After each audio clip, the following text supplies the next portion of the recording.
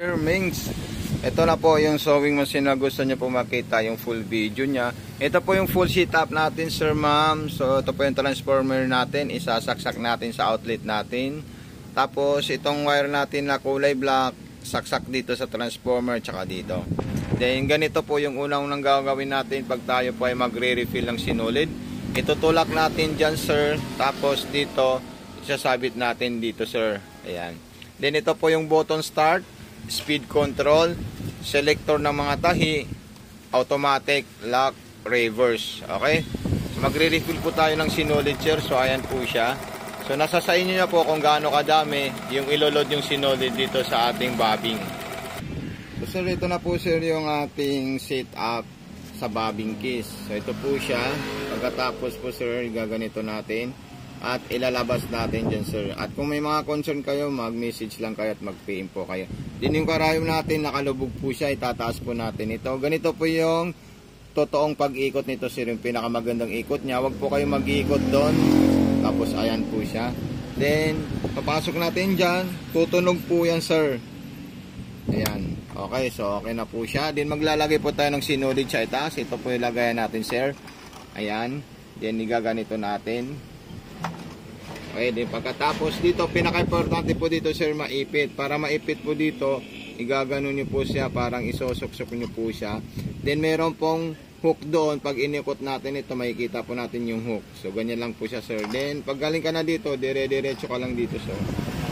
Ayan. Then ipasok nyo na po sa butas ng karayom, sir. Okay? So papasok muna natin, sir, para makita nyo po kung anong susunod step na gagawin natin para makuha niya yung sinulid sa ilalim. So ngayon ay pasok ko po siya, sir. Ikutin ko to para itong sinulid na galing sa bobbing lumabas po siya. Yan. So hawakan ko lang po ito, sir, ng dahan-dahan. So ayun po sila. Ayun yung dalawang sinulid natin. So yan, perfect na perfect po yung pagkalagay natin at pagka-pick up ng sinulid. Ilalagay natin dito at ito po yung lagayan ng accessories.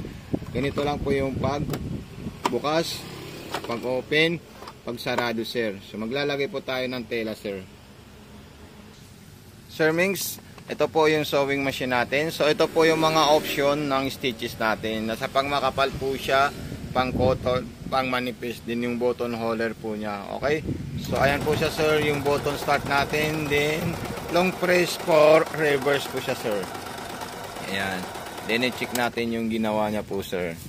Ayan, napaka-solid po siya at napakaganda ng stitches ng ating sewing machine. Then kung gusto naman po mag-zigzag, so ikutin nyo lang po ito, sir. Ito. Ayan, may pang manipis, may pang cotton, at may pang maong. So depende po sa iyo kung anong tela ang gagamitin nyo po, sir. Ayan. Okay, napaka-solid po yan at napakagandang sewing machine po siya, sir. Pag nagbubuhol naman, iayos nyo lang po yung pagpasok dito ng sinulid po, sir. Okay. Yan, other zigzag naman po siya. Then meron po siyang pang-garterize. Ito po yung pang-garterize natin dito, sir. Ayan, sa mga stretchable na tela, mga spandex, RTY, kahit anong klaseng tela po yan, ito po yung kailangan nyo po gamitin, sir. Okay? Then susunod naman natin dyan, sir, kung kayo po ay gagawa ng button holder, so pwede nyo po magpunta dito sa number 4. Maglalak muna kayo, sir, para makita nyo po siya ng maayos. Okay? So ayan po, lock muna. Then, punta kayo ng number 1. Ayan, pagkatapos naman po ng number 1, pwede po kayo pumalik ulit sa number 4, yung lock, then 3, para mabuo niya po at matapos po yung button holder natin, sir. Ayan. So, depende po sa iyo kung gaano kahaba yung gagawin nyo pong button holder dito, sir. Okay, so maraming salamat po. God bless and more power po, sir.